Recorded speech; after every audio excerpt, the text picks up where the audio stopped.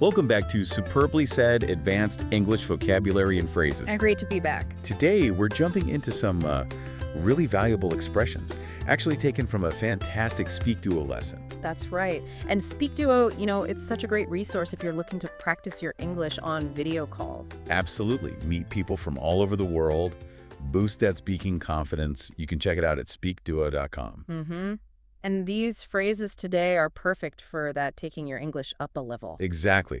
These are the kind of phrases advanced learners can use for, well, greater precision and just sounding more natural. Yeah, more nuanced. So let's get straight into it. First up, to radiate an emotion or energy. Right. So to radiate, what we're talking about here is clearly showing, or maybe better, emitting a particular feeling or energy. Emitting, like giving it off. Exactly. Think of it like warmth from a fire or light. It's something that comes from within you, flows outwards, and others can easily pick up on it without you saying a word. Okay, so it's quite a strong visual kind of word then. Very. It implies this clear, almost palpable outward flow.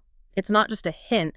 It's more like a pervasive presence, an aura almost. Interesting. So how is that different then from saying someone appears confident or maybe just shows confidence? They sound kind of similar. Yeah, they do seem close, but there's a subtle but I think important difference. It often comes down to authenticity. Authenticity. How so? Well, when someone radiates confidence, it suggests it's, an inherent quality. It's emanating from within, feels natural, almost involuntary. You feel their confidence. Okay, like it's genuinely a part of them. Precisely. Whereas appearing or showing confidence, that can sometimes suggest a more deliberate act. Yeah. Putting on a brave face, projecting an image. Right, like you might be nervous inside, but you're acting confident. Exactly. Which is a useful skill, no doubt. But radiating implies it's deeper, more genuine, and that often has a stronger impact on people around you, puts them at ease. That makes a lot of sense. It's the difference between being and acting. So let's think about some examples. How would this sound in, say, a work context? Okay, imagine a quarterly review. You could say, during the quarterly review, Sarah radiated confidence as she outlined the new marketing strategy. Right, and the effect. Which really put everyone at ease, even the skeptics. Her inner certainty was felt by the room. Yeah, I can picture that. Or maybe facing tough questions. You had one. Her ability to radiate confidence even when facing tough questions from the CEO was truly impressive. It suggests an inner strength projecting outwards. Okay. Now, what about for something like the IELTS speaking test? Part 2 often asks you to describe personal experiences.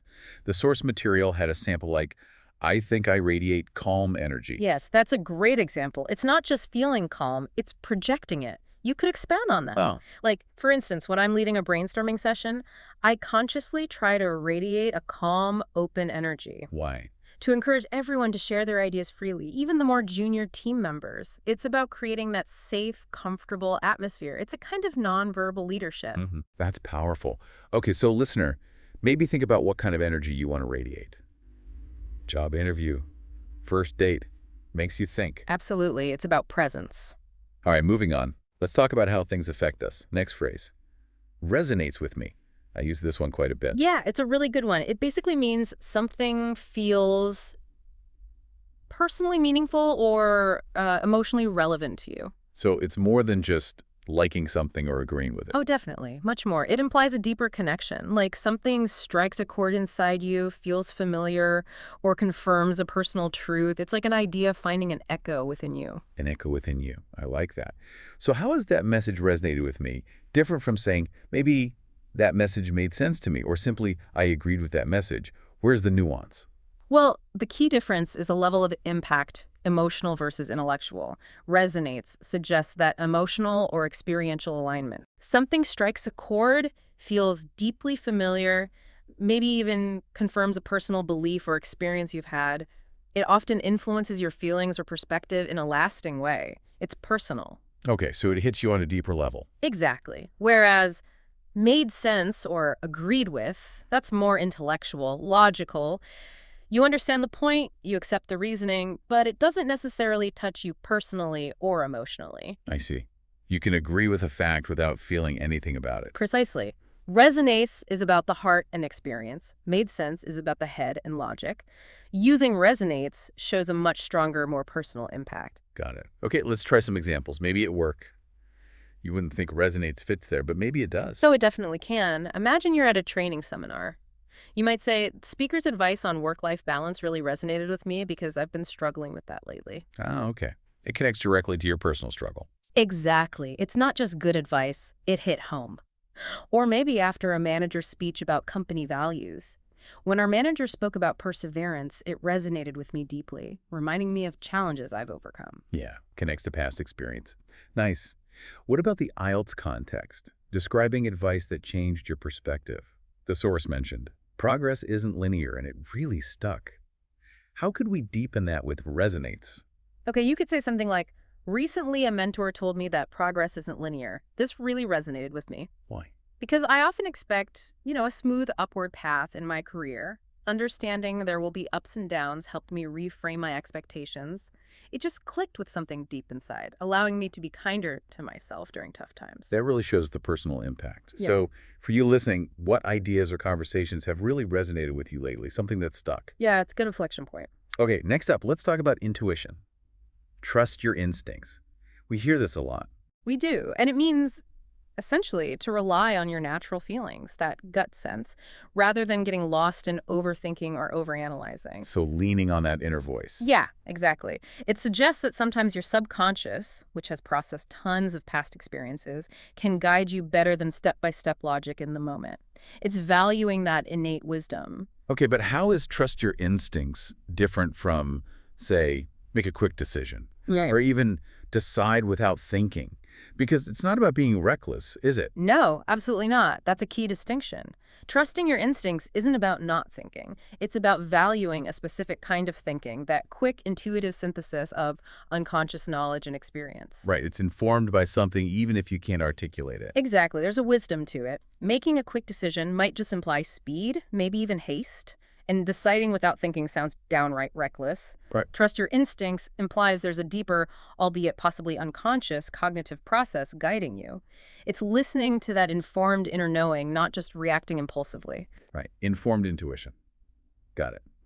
So in a professional setting where logic usually rules, how does this fit in? Well, think about high-pressure situations. In that emergency meeting, I had to trust my instincts and make a call on the proposal, and it paid off.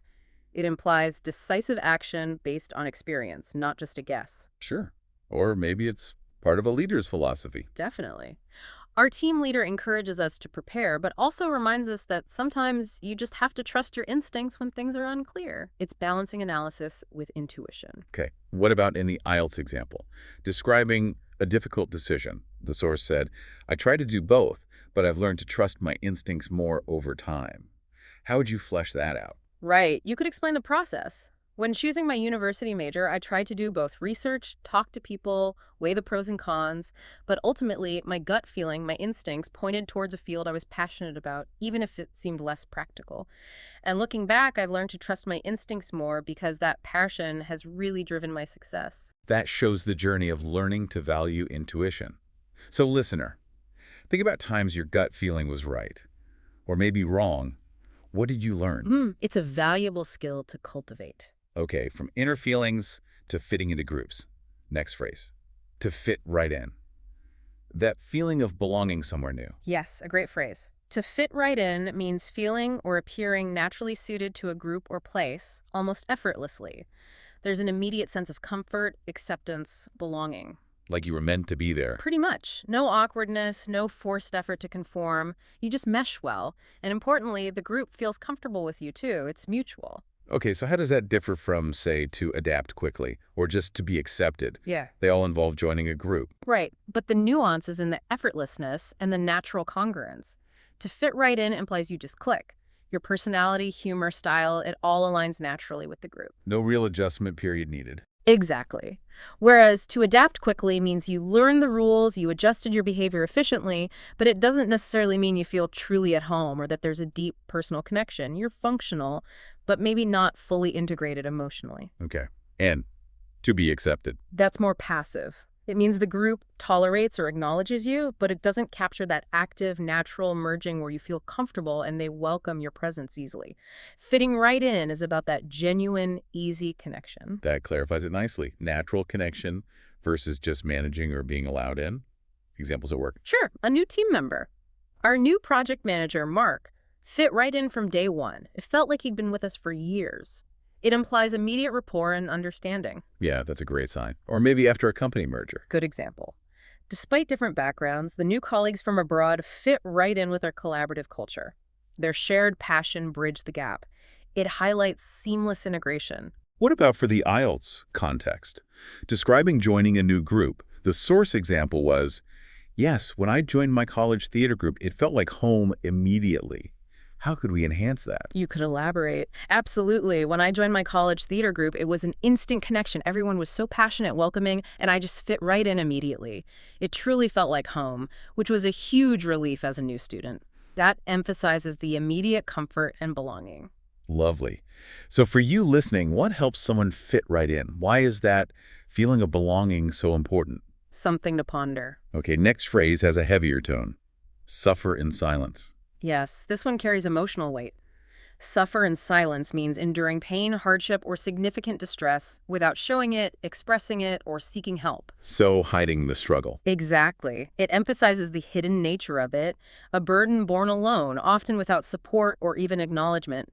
It implies a deep internal battle kept secret. Right. Now, how is that different from someone who just keeps to oneself or maybe doesn't complain? Because suffer in silence sounds much more serious. It absolutely is. The difference is the severity and the hidden burden. Suffer in silence specifically involves significant pain or hardship, physical, emotional, psychological, that's actively concealed. Not just being quiet or introverted. No. Keeping to oneself is more of a personality trait. Someone private or introverted, not necessarily suffering. They might just prefer less social interaction. And not complaining is usually about minor issues, choosing to be stoic about everyday annoyances. Okay. Suffer in silence implies a significant, often debilitating internal struggle that's hidden, leading to isolation and potential harm. It's a heavy phrase for a heavy situation. Understood. How might this come up in a work setting? Well, after something disruptive like major restructuring, many employees were suffering in silence with increased workloads and job insecurity, afraid to voice concerns. It points to a hidden collective stress. That sounds quite damaging to morale. Immensely, which is why good managers try to prevent it. As a manager, it's crucial to create an environment where people don't feel they have to suffer in silence if they're facing burnout or personal issues. Encouraging openness is key. What about the IELTS example, talking about someone needing help but not asking? Source said, maybe they fear judgment or don't want to seem weak. How can we weave the phrase in? You could say, it's common to see people suffer in silence with issues like anxiety. They might keep it hidden because they fear judgment or worry asking for help will make them seem weak.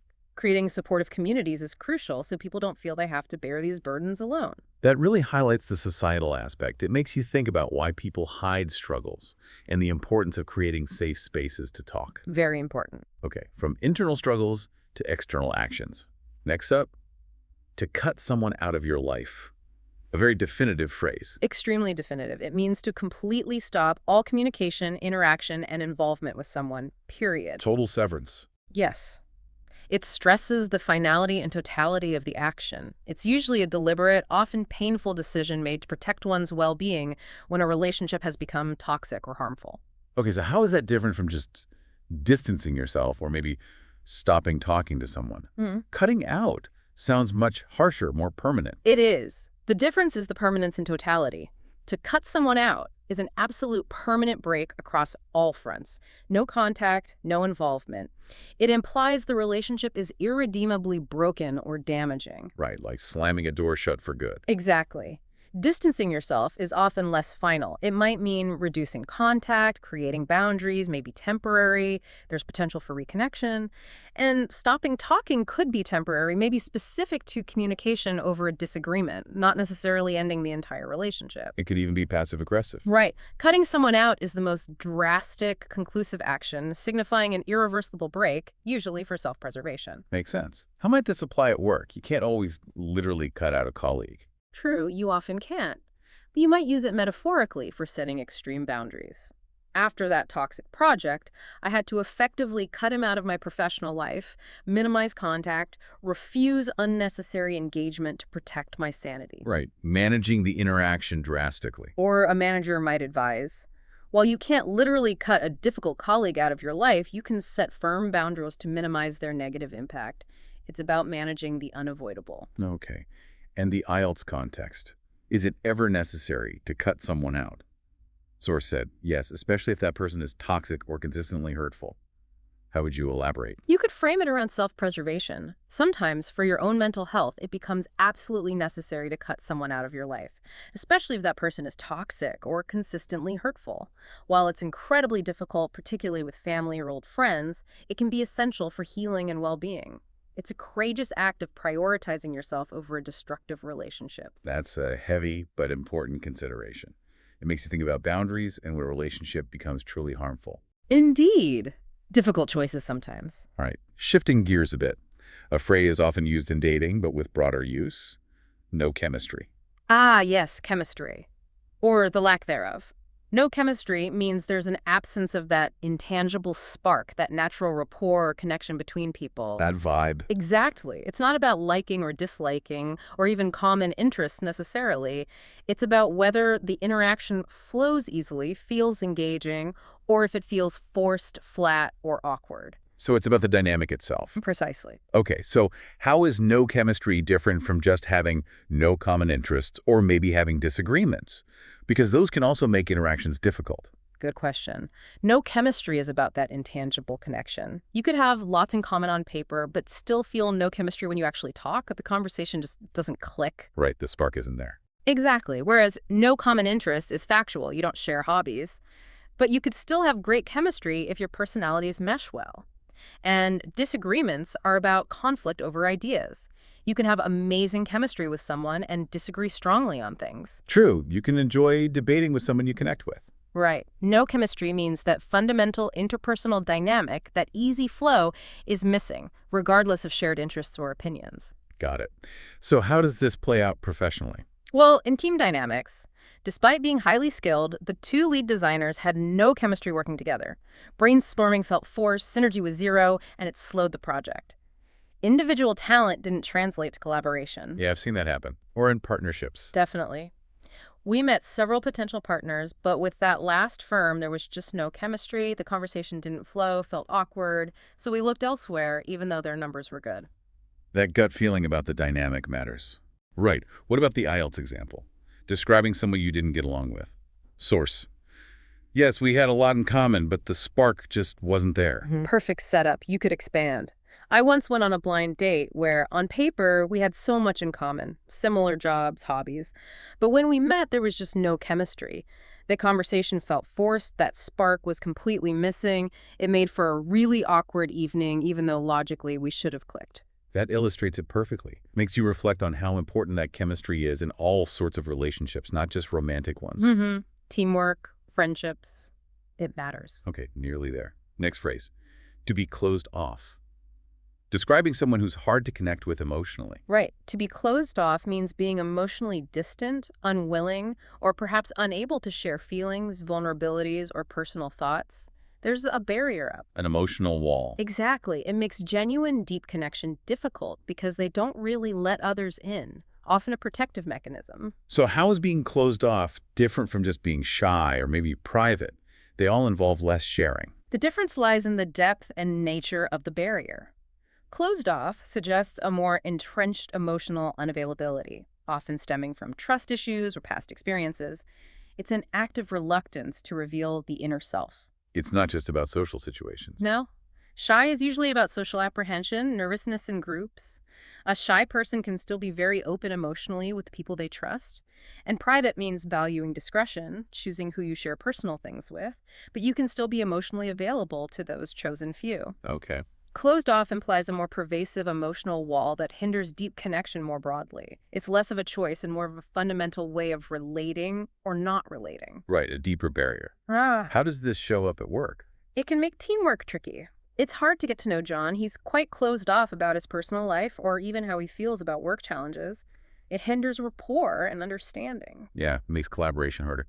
Or for a leader. It's a real challenge. As a leader, you need to foster trust so people don't feel they have to be closed off with concerns or ideas. That openness is vital for problem solving and innovation. Okay, and the IELTS example. Describing someone difficult to understand. Source: I try to stay open, but it takes time for me to trust people. How could we expand that? You could talk about someone else first. My cousin can be quite closed off about his past or any struggles. He rarely shares feelings, making it hard to offer support. Right. And then connect it personally. Personally, I try to stay open, but I understand that for some, maybe like my cousin, it just takes time to trust people enough to lower those walls, which can make them seem closed off. It shows empathy. That's a balanced way to put it. It makes you think about how being closed off impacts relationships and communication. Definitely. Both for the person and those around them. Okay, our final phrase, a really useful one. To line up well. Hmm. It's about things fitting together. Yes, very versatile. To line up well means different elements, ideas, feelings, goals, people, strategies match, fit together harmoniously, or work effectively in sync. So alignment, congruence. Exactly. It implies a natural compatibility that leads to smooth operations, understanding, or achieving a shared goal. Things are pointing in the same direction, consistent with each other, synergy over friction. Okay, so how is to line up well different from just to agree or maybe to be similar? It feels more functional. It is. That's the key nuance. Yeah. Functional harmony and strategic alignment. To line up well goes beyond just agreeing on a point or being superficially similar. It implies a deeper compatibility where things work well together in practice.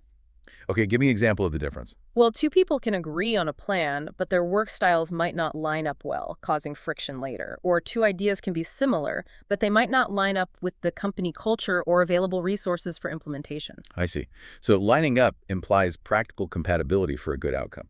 Exactly. It ensures efficiency, promotes synergy, avoids friction. Things are in sync, not just alike. It's great for describing cohesion and a strategic fit. Makes sense? Yeah. How about some professional examples? Project management classic.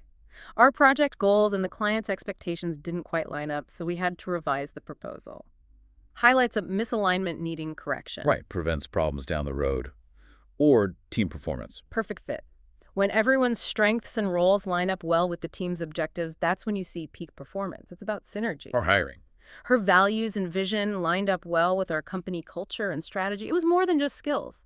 Describes that deeper, holistic fit. Nice. And the IELTS context. Describing a decision made with someone else? Source. Definitely. It helps us understand each other and avoid conflict. How to deepen that. You could explain the importance of alignment.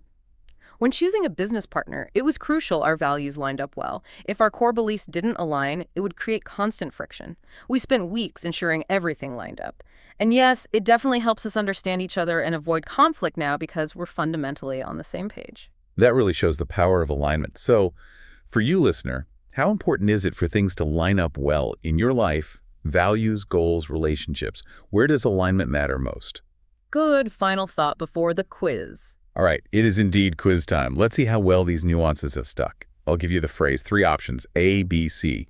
Feel free to pause after each question to think. Ready? Let's do it. Okay, quiz question 1. Radiate confidence. What does it mean to radiate confidence? Sure. Is it Option A, to display confidence visibly and clearly? Option B, to silently believe in oneself without showing it?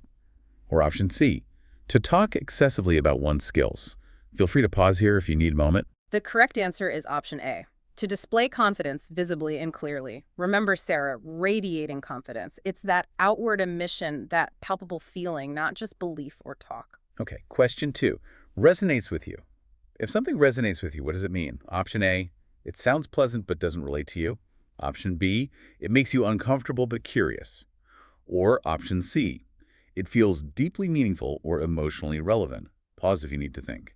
And the answer is option C. It feels deeply meaningful or emotionally relevant, like that advice on work-life balance hitting home. It's that deep personal connection, that internal echo. Great. Question 3, trust your instincts. To trust your instincts means option A, to rely on your inner feelings rather than overanalyze. Option B, to ask others before making a decision. Or option C, to decide only after careful logical reasoning. Take a second if you need it. Correct answer. Option A. To rely on your inner feelings rather than overanalyze. It's about valuing that informed gut feeling, that synthesis of experience, not just logic or asking others. Perfect. Question 4, fit right in. What does it mean to fit right in? Option A, to act awkwardly when meeting new people. Option B, to quickly feel accepted in a new group. Or option C, to follow strict social rules to gain approval. Pause away. The answer is option B, to quickly feel accepted in a new group. Like Mark joining the team, that natural, effortless sense of belonging and immediate comfort. Excellent. Question 5. Suffer in silence. If someone suffers in silence, they. Option A. Avoid confronting their emotions directly. Option B. Deal with pain or hardship without expressing it. Or option C. Frequently complain to get support. Pause if you'd like. Right, the answer is option B, deal with pain or hardship without expressing it. Remembering those dealing with anxiety, it's about hiding that significant internal struggle, bearing it alone. Okay, question 6. Cut someone out of your life. To cut someone out of your life means, option A, to stop all communication or involvement with them. Option B, to create distance emotionally without ending contact. Or option C, to avoid conflict while still staying in touch. Pause for thought. And the answer here is option A. To stop all communication or involvement with them, it's that complete, permanent severance for self-preservation, like cutting out the toxic ex. Total break. Got it. Question 7. No chemistry. What does no chemistry imply in a conversation? Option A, disagreements over logical topics. Option B, different interests but strong emotions. Or option C, lack of emotional or personal connection. Feel free to pause. The answer is option C, lack of emotional or personal connection. Remember the awkward date example? It's the absence of that spark, that natural flow, that vibe. Okay, final one. Question 8. Closed off. If someone is closed off, what are they like? Option A, they openly share their thoughts and feelings. Option B, they struggle to trust and rarely express emotion. Or option C, they overthink before saying anything personal. Last chance to pause. And the correct answer is option B. They struggle to trust and rarely express emotion. Like the cousin who keeps walls up, it's that deeper emotional distance, that barrier to vulnerability. Fantastic. Hopefully that quiz helps cement those nuances. We've covered a lot today, from radiating energy to fitting in, suffering silently to cutting ties, finding resonance or no chemistry, trusting instincts, being closed off, and getting things to line up. Yeah, each phrase really adds a specific layer to your communication. Absolutely. They move you beyond just conveying facts to expressing subtleties, feelings, and dynamics much more accurately. And mastering these is so key for advanced learners. It's not just about sounding more natural, though that's part of it. It's about truly understanding and conveying those finer shades of meaning. Exactly. So as you continue your English journey, think about how you can use these phrases. How will they help you articulate your own thoughts and feelings better? And maybe, just maybe, understand the hidden currents in what others say too. That's a great point. And remember, practice is everything. Using these in real conversations is the best way to make them your own. SpeakDuo.com is perfect for that, putting this into action. Definitely check it out. Keep practicing, keep exploring the nuances of English. Thank you so much for joining us for this deep dive. Thanks, everyone.